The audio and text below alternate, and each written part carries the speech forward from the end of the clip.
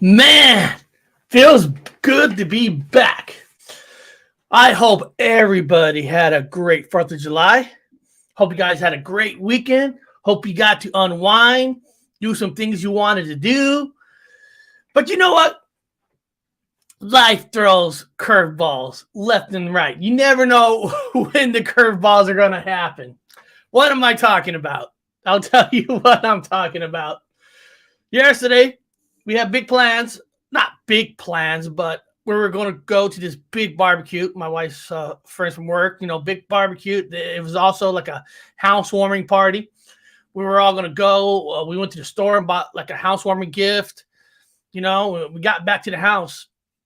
Our daughter was out with her friends previous nights sleeping, and, she had a small cough. So, So we gave her a little test yesterday. And she tested positive for the flu. She tested positive for the flu yesterday. So, out of respect for the people at the party and stuff, we couldn't go, like we tested ourselves. We don't, at the moment, we don't have the flu. But, it's like, it is what it is, right? It is what it is.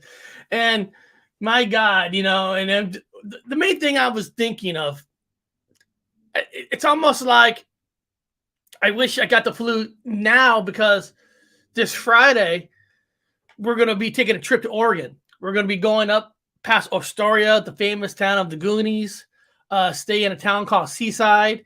And then we're going to go to Cannon Beach, where the Cannon Beach is the famous 3 rocks in the Goonies. If you remember, that's where the pirate ship is.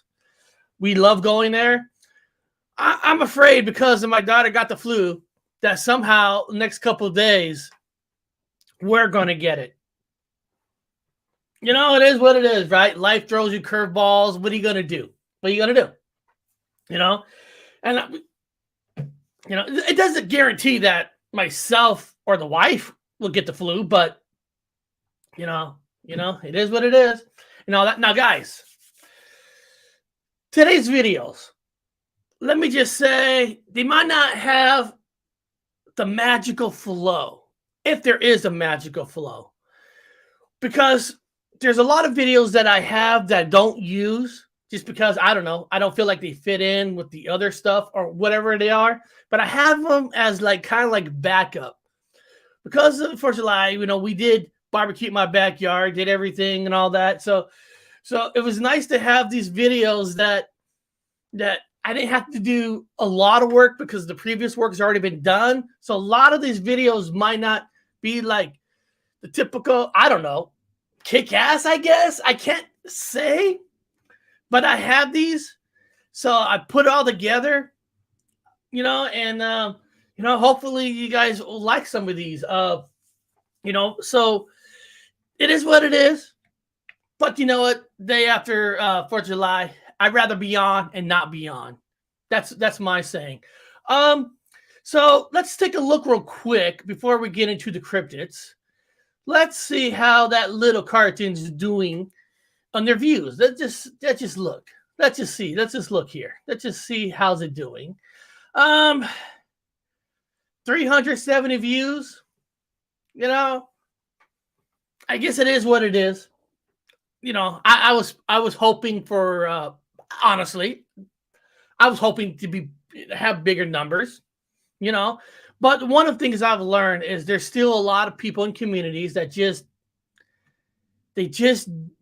it's not they don't care for other people's content. When you come out with something like this, there are a lot of people that look at 2D animations and cartoons like, this ain't my cup of tea. And not really understanding,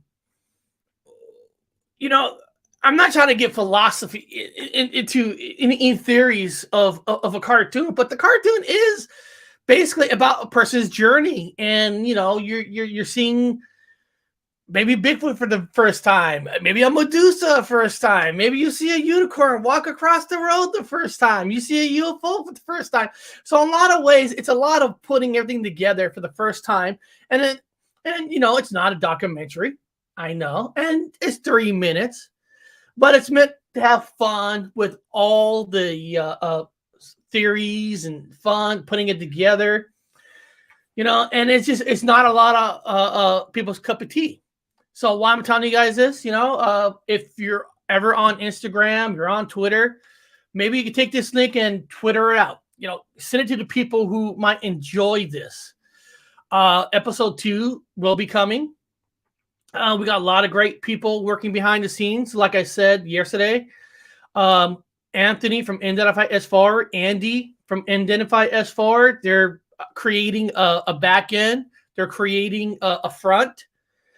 Everybody is chipping in. I love the hype that I do see within the community of an episode 2. Yes, it could be another 4 minutes, but I think it's fun. And I'm proudly to say, a lot of this, a lot of you I know who's here in the chat, you guys tribute to this. So you guys are part ownership of what's already came out and what's going to be come out. I think the next one got a cool storyline. I came up with it. Hopefully ain't that bad. I think Anthony and Connor like the take that I'm going with it. So, and I'm close. I'm gonna be selling some of my cryptocurrency so I could get an episode 3 locked in. I wanted to get it locked in with the guy who helps me create this because he's good. I don't want to go with somebody else. I feel like he's got the magic. He captured what I was looking for.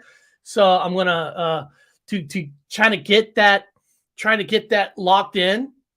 I'm gonna sell some of my cryptocurrency. Ain't that much, but so I get that locked in and get it going. So beyond that, guys, let's get into some cryptids today. Let's see.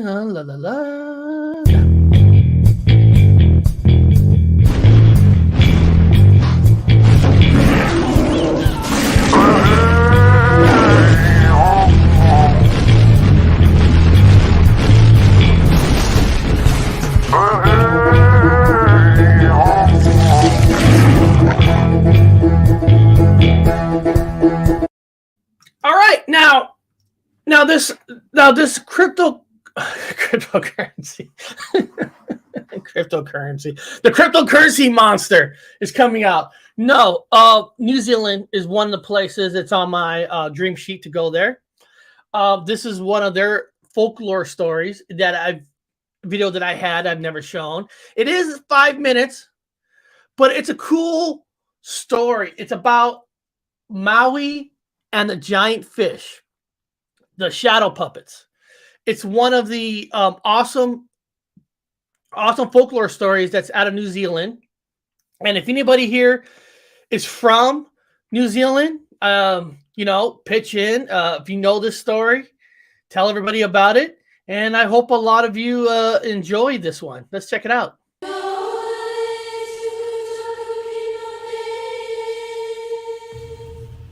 Back in the day, when the world was new and the sky was fresh, when ancient creatures still walked the lands, on the shores of Hawaii was a village where Maui lived with his mother and 4 older brothers.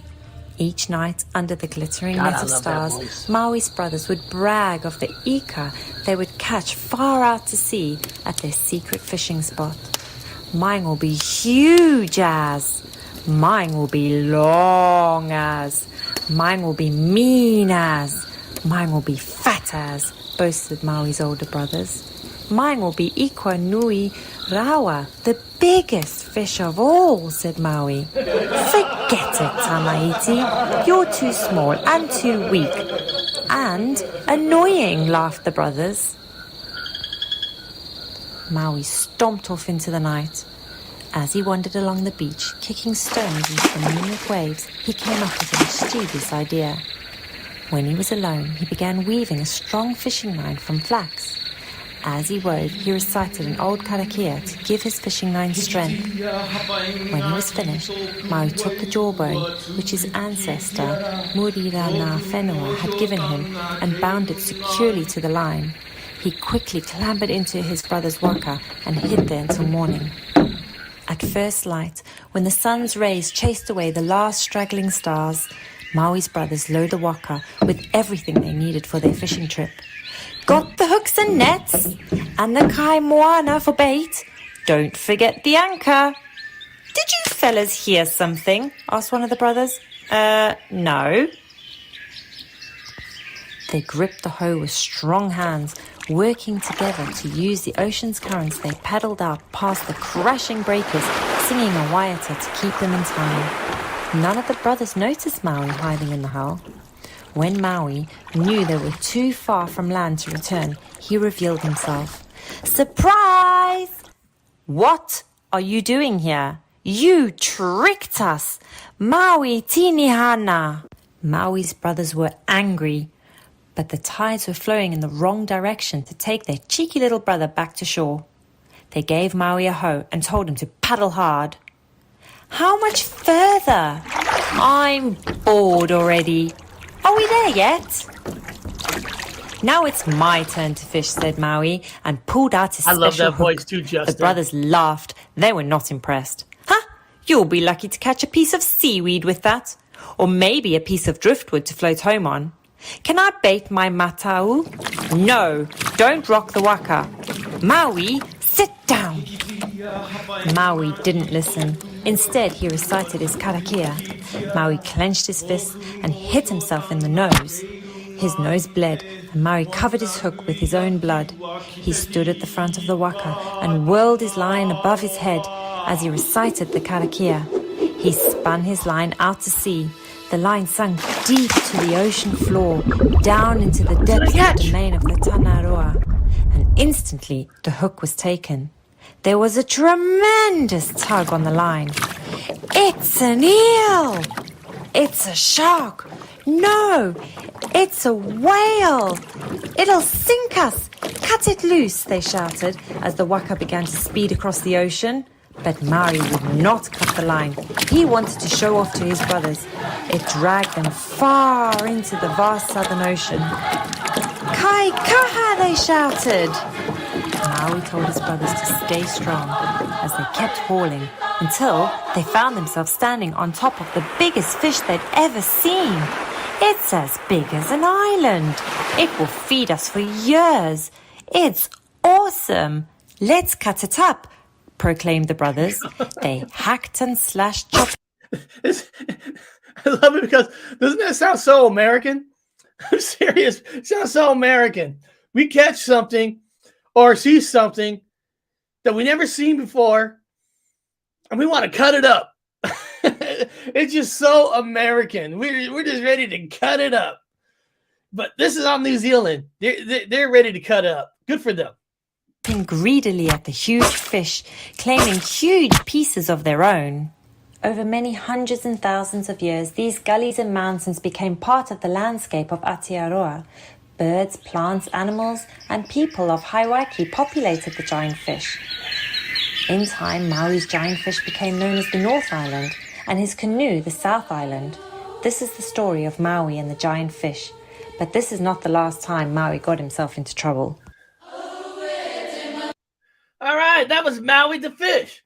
Like I said, people, these are videos that I have that I shown in the past because I want to do a show today. So these are my extra videos.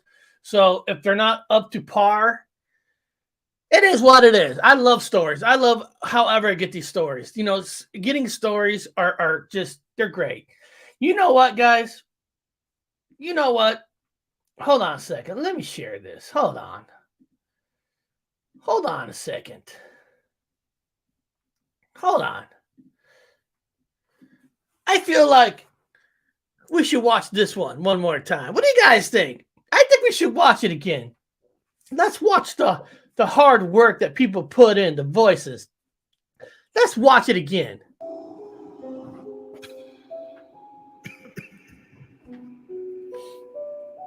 If you didn't know, that was me. Hey, sorry I'm late, man. The Bigfoot casts were taking forever to dry out. Oh, no problem, dude. I know there's a shortcut on Paranormal Highway Road. If you didn't know, that was Connor Flynn. I have so much to talk about. Oh, I bet you do. Eric, there's this gator that has 2 toes. He's 24 feet long. His name is Tom. He's a Dude, shut up. There's Bigfoot out there. That is Anthony. Man. Come on. That's Anthony from Identify S4. slow, man. Be easy. Looks like a We mom. want you for the show. We want to show people you exist. Hey, we have jerky too. Ooh, I want some of that jerky. So, Barry, what brings you out of the woods? Where are you from, man? Come from Boggy Creek. Oh, man, you're far from there, dude. Oh, there was a unicorn out there. I'm not even kidding. Holy crap, there's a unicorn in front of me. Hold on, guys. Hold on. That unicorn will return. They say the horn brings good luck. Magical powers.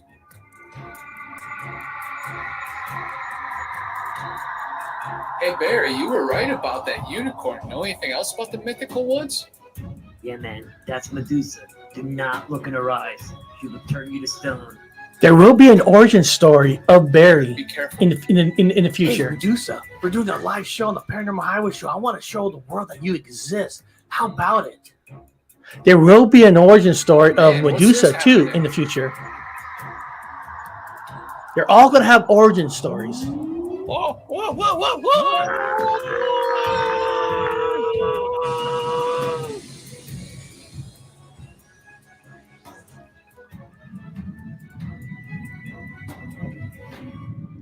Hey guys, I love the show, man. I want you guys to hang out. In fact, I want to play you guys on my planet. Oh, wow. I can't wait to check out your planet. You got girls there? Typical guy, right? Are there girls Guys, there? have a great time on my planet. We're gonna blow some things up. What's there to do? What's there to drink? Lots of smoke, lots of drinks. Don't worry about that. What's that red light? What's in front of us? Are those meteorites? Oh, no! Don't worry about this. He's got this. Take cover! There's some Oscar moments. Listen, we're not that bad. You guys are just freaking out for no reason. No worries, man. No worries. No! Easy. This is not a problem. That has happens every day.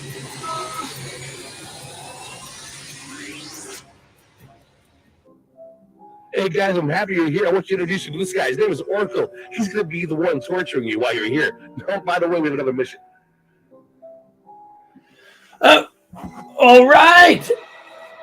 I hope that it excites you guys for the episode 2 that's actually in the works at the moment. Like I said, I think I'm looking at July 20th. Try to get the premiere once the graphics and stuff gets done. I gotta get everybody back together and put in the voices. And since the second one is a little bigger than the first one, there's a lot more voices that's going to be in it. So I mean, I'm talking 5 or 6 more people. So that's the goal, and try to get it out by July 20th. Put that amount of people and cutting the voices together. It's going to be more of a challenge. And there's different techniques. Anybody's a member of the channel. Like Suzanne A, Unidentified S4. You might have saw the bloopers. Hobbs, you might have saw the bloopers behind the scenes. So it that was like the first of it, but now I got more people, so it's gonna be a little bit more involved. Iron Dogger, I'm gonna be in Oregon this weekend if I don't catch the flu, which my daughter has. So Iron Dogger, I'm going to be in Oregon this weekend. Going to go hang out at Cannon Beach. All right, this next one is a folklore story. There's a part 1 and a part 2. So I put them together. I spliced them together. It's called the Ranginui Papatuanuku, but I don't fucking know. Just look in the description if you want the actual name of the title. The Ranginui Papatuanuku, whatever. Here we go.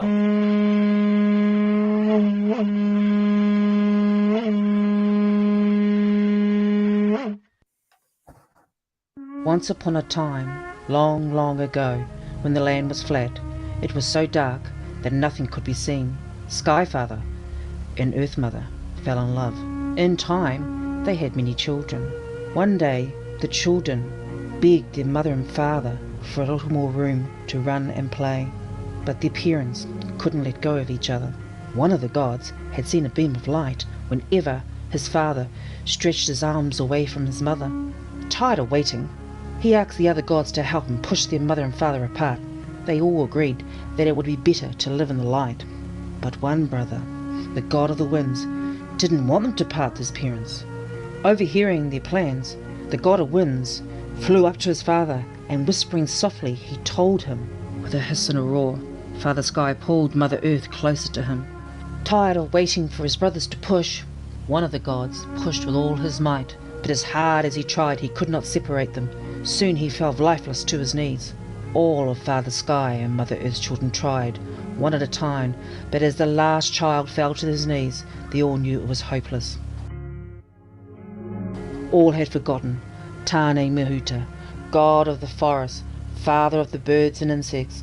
He heaved, and very slowly, inch by inch, he forced Skyfather to rise away from Mother Earth. The distance between father and mother became so wide that for the first time all the children were standing and stretching their arms above their heads. However, it was not enough, so Tane pushed his father further up. At last the gods could feel the warmth of the light upon their faces and see each other. The heartbreaking cries from Father Sky and Mother Earth almost made the children want to stop Tane Mahuta. Nevertheless, as Tane gave one last push, all the children were able to finally see the beauty of their mother. The children started to enjoy the new lit land and with all its bright colours of the rainbow. But when their father's tears began to fall, all of the children were scared, because they thought that his tears would never stop and that they would surely drown. So the children pulled on their mother's strong long hair till she rolled over. With her face hidden from her love, she curled up into a ball, and as she did, she created the sea and the lakes out of the tears of Skyfather. In time, Skyfather and Mother Earth forgave their children, but both wished to be in each other's arms again. Mother Earth, to this day, still sends her love to Skyfather in the morning mist out of the deepest valleys, and Skyfather returns his love to her each day as fresh dewdrops, his sad tears in the night. Unlike his father and mother, the god of wind to this day remains angry. Every time you feel the wind rush across your face, or hear the wind rattle closed windows and doors, it is the god of wind, making sure no one forgets. This is the production, and I love these productions. I love these stories, about the gods, the earth, and all that. Some say they come from folklore stories. Who knows if it's a lot of these stories people make up do come from somewhere. Let's just think about it. The cartoon that I made, came from stories. People seeing Bigfoot, seeing UFO. Some people say they gone up. So a lot of things come from different origin of stories, and I love it when people put these stories together. I think they're awesome. And even though, that story might not be the true story of one full story, but bits and pieces are origin stories from other stories putting together. And that's kind of appreciation kind of stuff that I love, that I like, and I hope you guys enjoyed a couple things like that. And like I said, tomorrow I'll be back to normal kind of cryptids, all that. But I love these stories. I think they're epic. And I don't think a lot of people give these kind of stories a chance to listen to them. But there's a lot of stuff within these stories. If you just dissect them, check out these gods, check out these names. And I love them. So I hope you guys do. But guys, let's get into some paranormal.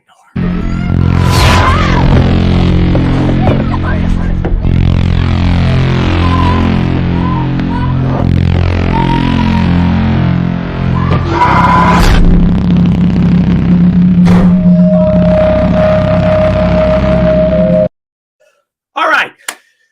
Now, according to this video, these are the top 5 haunted places in the world.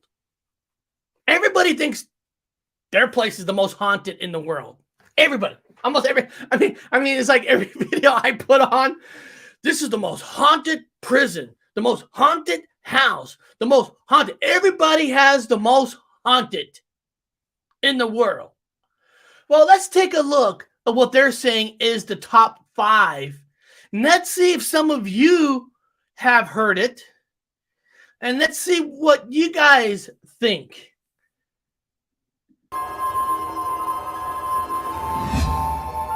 We believe or not, they exist. They, the ghosts, exist on Earth. From old abandoned castles to creepy suicide forests, there are numerous spooky locations available on our planet where we found them. Here is a quick glance at some of these places. The Beechworth Lunatic Asylum, Australia. I'm going to tell you guys something. I love hearing stories from different cultures and different voices on this planet. Love it. Love it. I know there's some people that only want to hear an English speaking person or this kind of person. I don't give a fuck. I love hearing stories from different cultures in this world. I love it. I think it's great. I think it's fantastic. And I think we should all embrace it and listen to stories, even they're told by something, not something, but something, you know, there are some people only like radio voices. Some people only like this, or, you know, some people only like voices maybe from Australia, which I love the voices from Australia. Australian people could put me to sleep any night of the week telling me a story. I love it. So I love this stuff. Beechworth Lunatic Asylum is originally called Mayday Hill Lunatic Asylum. The mental hospital was in function from 1867 until 1995. In the 130-year-long history of this asylum, almost 9,000 patients died here, and it is believed their souls haunt this place every night. I will love to visit that place. I will love it. I love it. Discovery Plus, get off your fucking ass and send a real group over there. I could get a group together and send some real people, some real passion to these places. I'll tell you if it's haunted or not. Keep talking, woman. Tell me the next one. Chateau de Chateaubriand, France. This castle was built in the 11th century. The castle was said to be haunted till 16th century by Lady Francoise de Foix, the wife of John the Lovell, owner of this castle. John the Lovell poisoned her wife after knowing the rumor that she was a mistress of King Francis I. She died on October 16, 1537. Every year on October 16th, Francoise haunts the halls of the chateau. Julia has... You know, what is with people? Listen. If you're not happy with your wife, or if the wife's not happy with the husband, or partner, girlfriend, whatever it is, get the fuck out. Just go. Walk out. Why does people gotta murder the one people they were once in love with? Okay, you're out of love. That sucks. I get it. But get the fuck out. Just go. Senseless killings. It's just, there's no need for it. I don't understand people. Just go. And then he is the one that haunts that place. I think she should be the one that haunts, getting her life taken away. I'm telling you. Sometimes I wonder what kind of world we live in. Hasdeu Castle, Romania. The Iulia Hasdeu Castle was built by Bogdan Petriciu Hasdeu in Campina, Romania, in the name of his 19-year-old dead daughter Iulia. After losing his daughter, Bogdan Petriciu Hasdeu became a practitioner of spiritualism and attempted to reconnect with the spirit of his daughter. Iulia reportedly haunts the castle till date, walking through the courtyard in a white dress and holding daisies. And pressing pause for a second. Brown Dwarf, haunted tour of our Little of Jacksonville, Oregon tomorrow. I'll go live. I should be able to make it.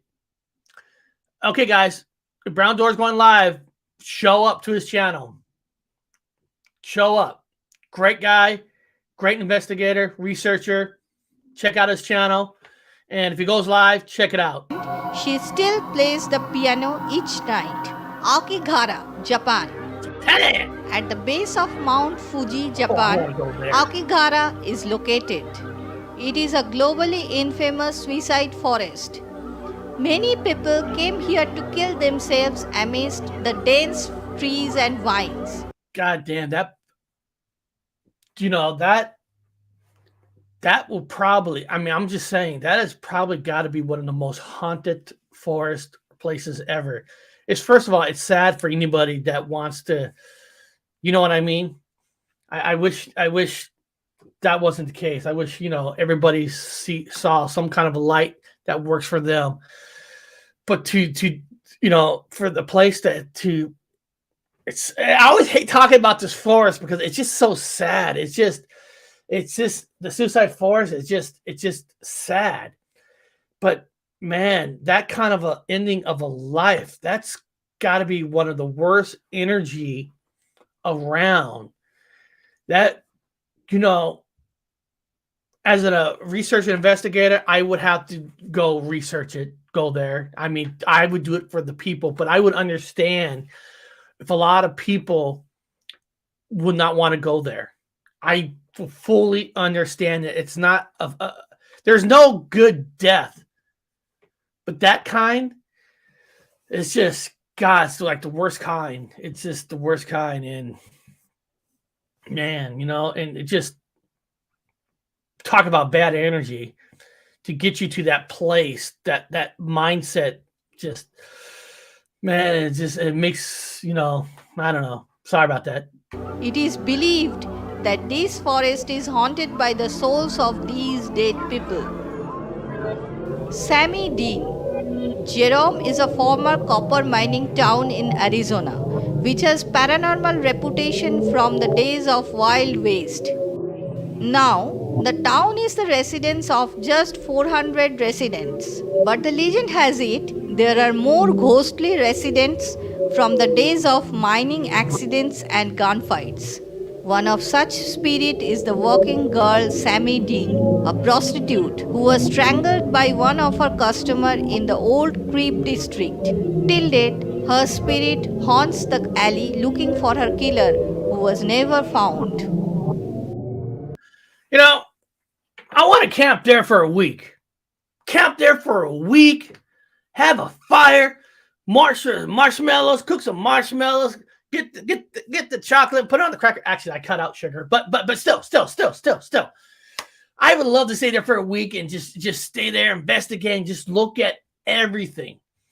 I'm not talking about big cameras, none of that. Just my handheld camera, a couple good people, and really feel what's there. I want to go there, and maybe throw a party, get a band. We'll make this Arizona 400, only 400 residents. Man, let's bring 400 people there. We'll make our own new Lollapalooza there. And invest some ghosts. Actually, not that many people, because then the ghosts will never show up. They probably want a little bit of people. But I would love to go there just for like a whole week. If you can make it for that long, I'll make it that long. I love camping. I love being out there and stuff. Arizona is hot. It's hot, but it's dry heat. It's dry heat. I can take it.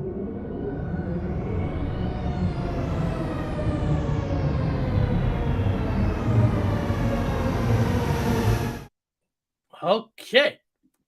Now, I can't tell you if those are the most haunted places of overall. I don't know. Can't tell you that. But every place always talks about the haunted. But it's kind of fun, right? It is kind of fun listening to the stories because it might be a place that's near you. And if it's near you, go check it out. Share it. Have fun. That's the beautiful thing about when I watch some top 5, top 10 videos, even though I don't think they're the most haunted, but it might be a place that's close to where you live. Hey, I would love to go to the one in France. Japan, I got to think about that one. I would go for you guys, for the good of the community. I would go, but it probably would not be a fun one. Australia, I am there in a heartbeat, man. Get some Foster beers. Foster's. Well, I'm sure in Australia they got some real Australian beer, but I mean I don't know the names of the best Australian beer. I just know the one that they sell at you get in the stores, Foster's, and it's made right here in America. Go figure.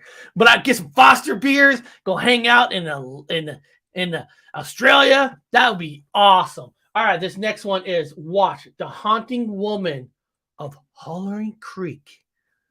The Haunted Woman of Hollering Creek. 6:42. Okay, we've been dropping hints, teasing, and talking about this all morning long. A popular ghost story here in San Antonio is over at Woman Hollering Creek. A story about a woman who lurks around the St. Hedwig area, leaving visitors terrified. But does she really exist? As our Max Massey and producer Joy Presley and Carlos Hernandez show us, there are some questions. Uh-oh. A popular ghost story. Hold on. Breaking news. Eric, no one drinks Foster made, and Cooper's is the best made. Cooper's. That is what's so fantastic about having friends all over the world. All over the world. So now, if I go to Australia, I'm going to ask for Cooper's. Not that Foster's fake shit that's made in America, and they're saying that's Australian beer. We just learned from an Australian person himself, Justin A.D. Maynard. Cooper's is the best beer. I wonder if they sell Cooper's here where I live. I'll have to look that up. I'm going to see if I can find a local Cooper's. What price is going up? They probably charge $40 for a 6-pack now. I'll have to check that out. Thank you, Justin. Thank you. Is over at Woman Hollering Creek. A story about a woman who lurks around the St. Hedwig area, leaving visitors terrified. But does she really exist? As our Max Massey and producer Joy Presley and Carlos Hernandez show us, there are some questions better left unanswered. She didn't feel the love of her husband, and to get even with him, she drowned their children. This is the story of a woman who's now believed to haunt this creek. And she would call from the other side to try to get people to come out into the creek so that they could be drowned. And they would say that she would try to grab them and pull them into the creek and drown them. The story goes, the woman's ghostly image started appearing once she died. Several people have come forward and said they've encountered her or heard her. So, to find her, today we have some ghost hunting equipment. This right here, this is an obelisk. And this has a dictionary. It does a lot of things, but it's on dictionary mode and it's got words in it. It's believed that the spirits will pick the words up and it'll start talking. Did it really? Yes. Enough shoot. Enough video shoot. Let me take the word back. I thought saw something. Yeah, like right now it's getting a real light reading. It's just starting to pick something up a little bit. But when it's in the red is when it would be the intensity of something. Luckily for us, we never actually found her. At least, we didn't think so. I definitely hear something crying. Yes. Nope, no sir. We gotta go down here. We might pick her up. Come on. Now, obviously, it seems like we're kind of in the middle of nowhere. It's pitch black outside, and just looking around, you know, we're hearing a lot, we're seeing some things moving, and this is probably the most paranormal, scary situation I've ever been in. Originally, the hollering and noise people hear were from panthers. Yeah, he probably grew up in a pink house. That's no longer the case. What they hear today, Probably a I'm shelter not boy. sure, because the area's not full of panther anymore. Max Massey, KSAT 12 News. Yeah, a guy probably living a sheltered life, sheltered, been taught to learn that nothing's real out there. And of course, it's the most freaky thing for him because, he never experienced anything real because, the perfect life, perfect house parents. Screw them all. We know what's real. All of us here, we know what's real. We don't need people to tell us what's real or not, what's spooky. We know what's real. Guys, let's get into some UFOs.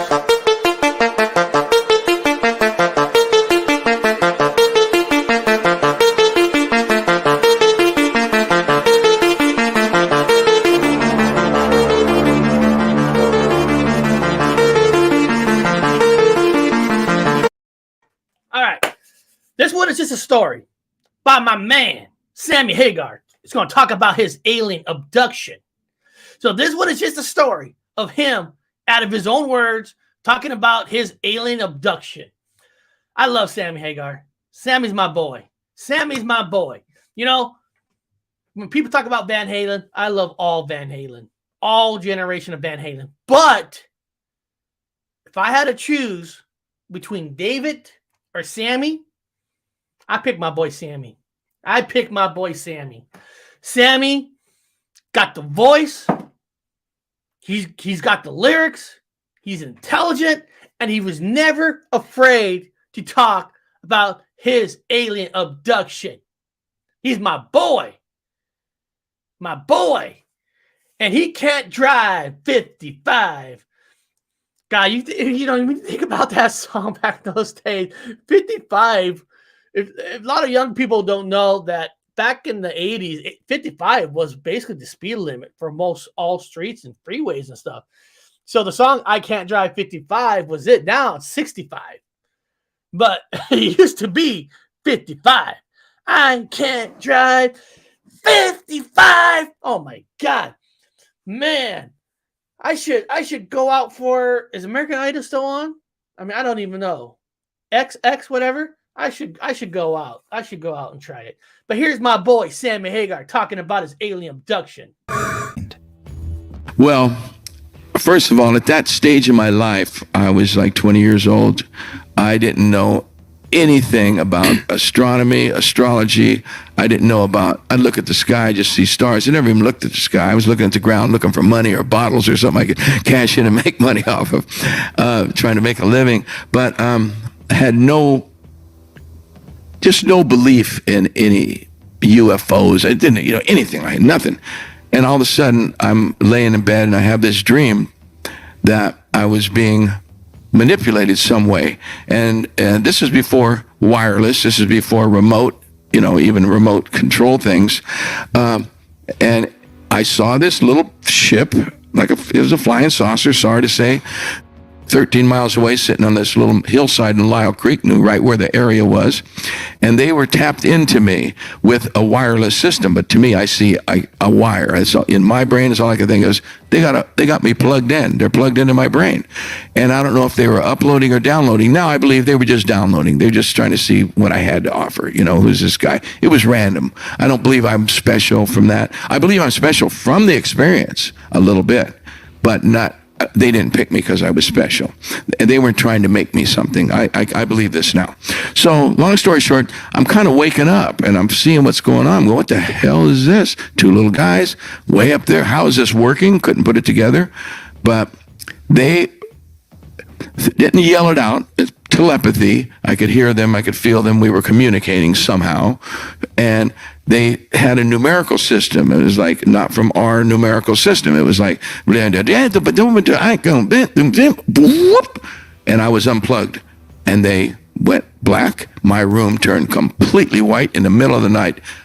It just turned so white that it was like infinity, and then it went pow.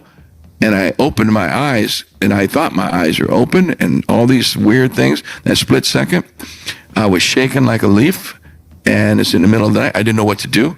I don't even think I woke up my wife. I didn't want to scare her, and it was like scary as hell.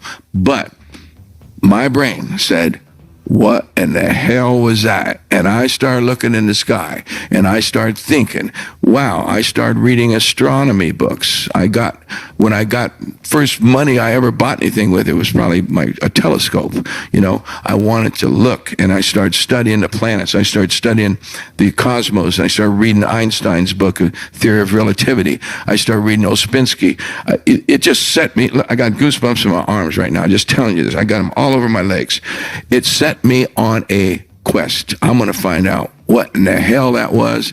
And I started believing in, I started wondering, what's God? I mean, what are we here for? I didn't think about reading the Bible. I just went to church because my parents made me, I wasn't interested in none of that. It opened my brain. And when your brain is open, you start absorbing other things. And everything started happening for me from that moment on.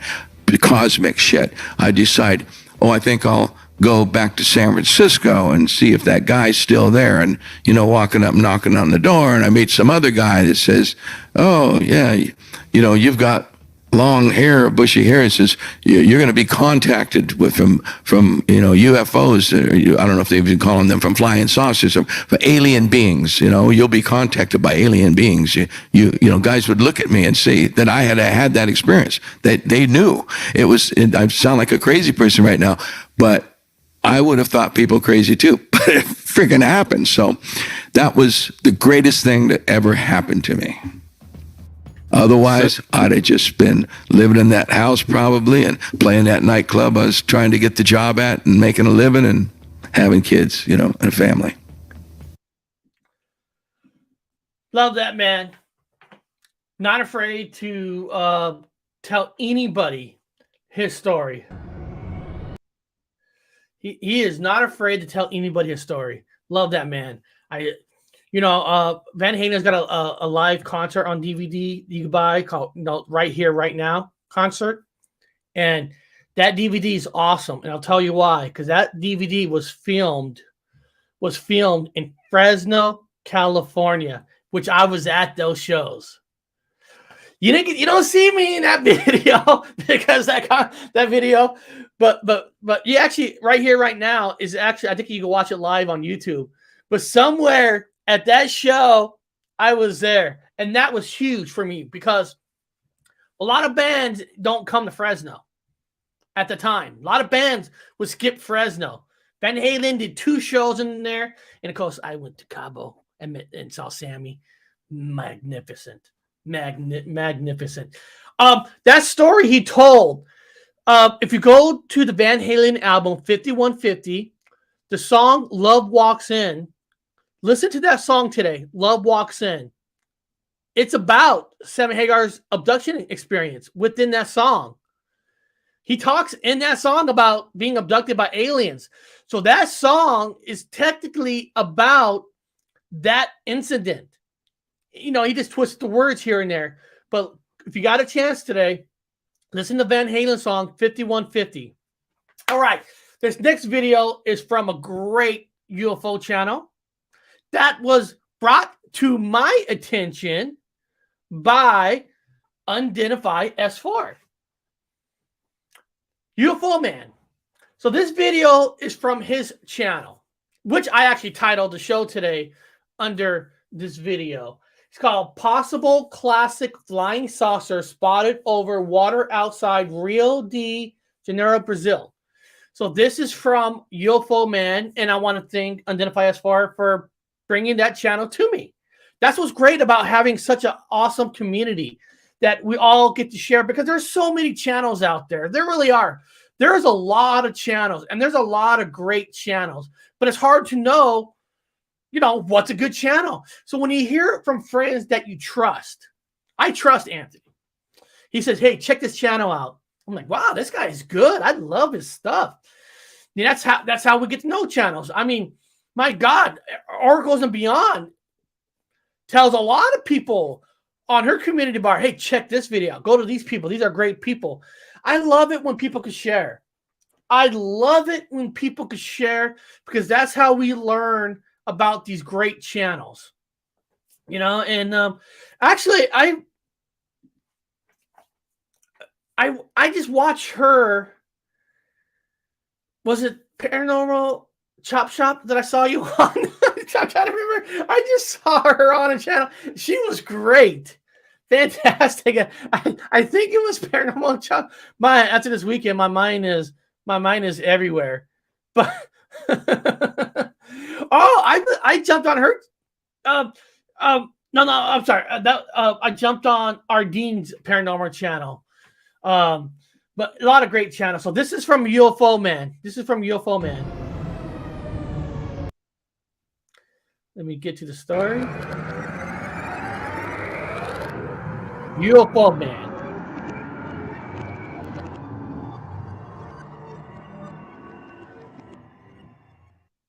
Hey guys, it's UFO Man. Here's a clip coming out of Rio De Janeiro over the water of an unknown object disappearing after it dives down at a slant towards the water.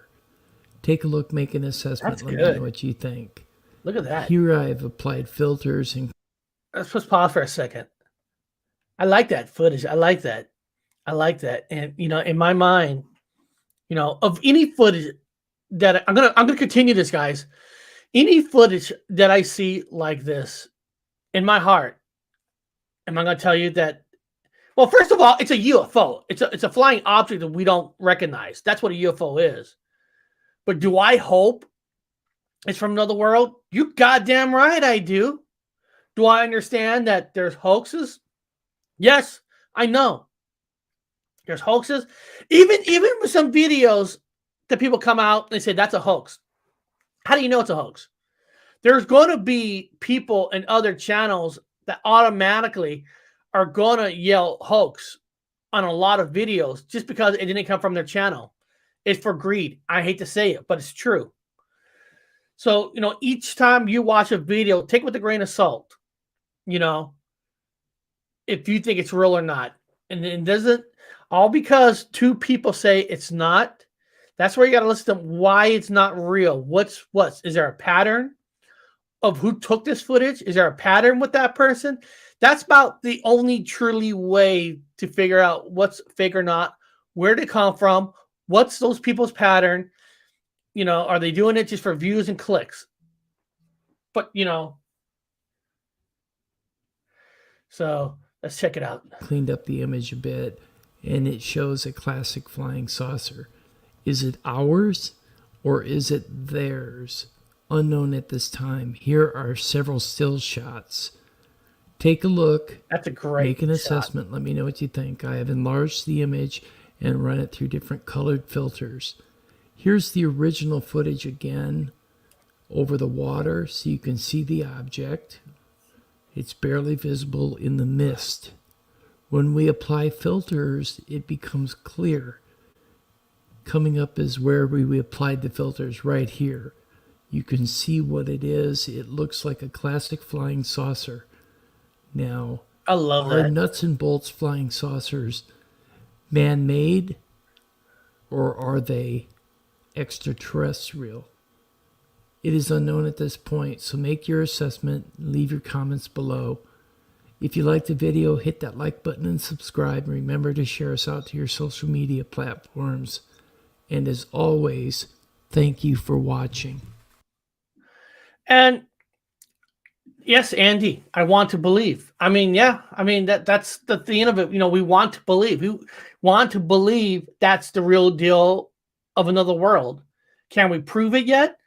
No, we can't prove it, you know, but we want to. We want to believe. That's why I can never believe at something at 100% unless I was there with my own eyes. If I'm not there with my own eyes, I can never say something's at 100%. I just can't. But I want to believe. I really do. And I hope that's the real deal. That would be so awesome. I don't know how they could prove it to me it's a real deal unless those aliens came down, pick me up, and take me up there. I'll go. But beyond that, guys, let's have some fun. Let's go and do some little Mandela effect today. And I can't find my Mandela effect intro. I always have problems finding Mandela effect intro. Is it because the Mandela effect is playing tricks on me?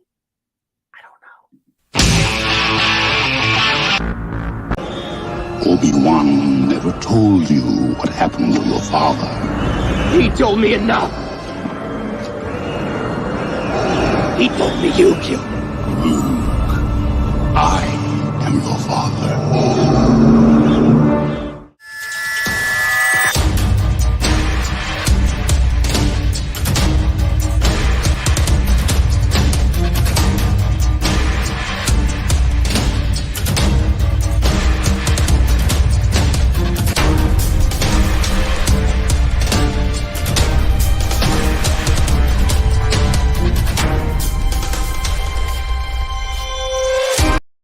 All right, let's just get right into it. Today, this is a little fun one.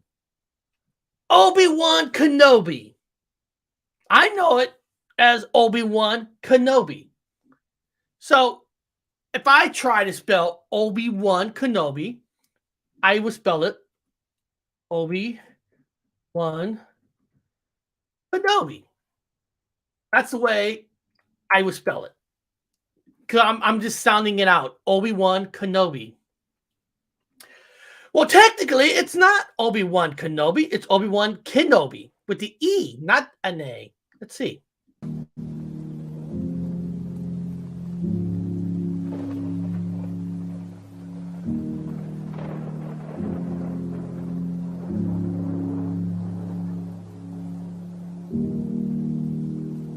Well, here's a change that I just noticed the other day. The deal Star Wars and the character Obi-Wan Kenobi. The spelling of the name has changed. It was Obi-Wan Kenobi, and it's changed to Obi-Wan Kenobi. Not Kenobi, Kenobi. One thing I noticed in the movie that they're still pronouncing the name correctly. Comment and let me know what. Thanks for watching.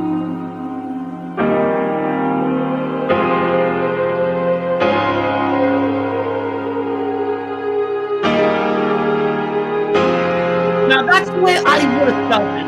Am I right or wrong? I can't tell you that. But when I here, turn on the volume. Because when I spell things out, I'm not a great speller, and I admit that. That's why I'm not huge on word changes, because I'm not good at that stuff. But if I'm going to try to spell it out, I'm going to spell Kenobi, Kanobi, Kenobi, whatever. But it's E. So you would think you do is call it Obi-Wan Kenobi. But in the movie, they always say Kenobi, Obi-Wan Kenobi. So it is interesting. To me, it is interesting. I don't know if it's interesting to you, but I love hearing people's Mandela effects, what's changing for them. Like I said, I'm not a great speller, so I can never...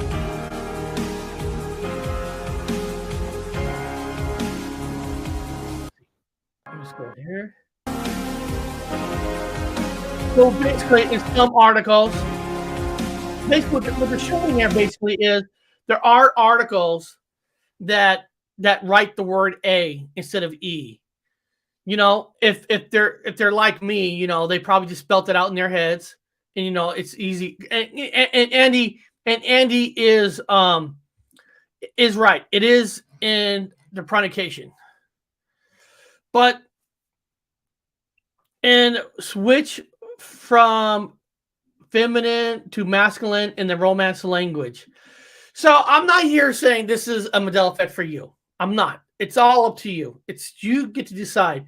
But I thought it was cool. It was interesting. And I love hearing new effects for people because you never know. What's it say? Hold on. What's Amber say? Paranormal Highway. What if there's no Mandela effect at all and the corporation is just trying to make us look crazy? And that's a possibility. I mean, listen, there's been theories. These are just theories that corporations put stuff in the foods. They put stuff in a way. I know this is more conspiracy stuff, that they're mind control you to think you remember something else just because. How many people have bought Jeffy peanut butter now because of Jeffy versus Jeff? I'm sure there's been a lot of people who have.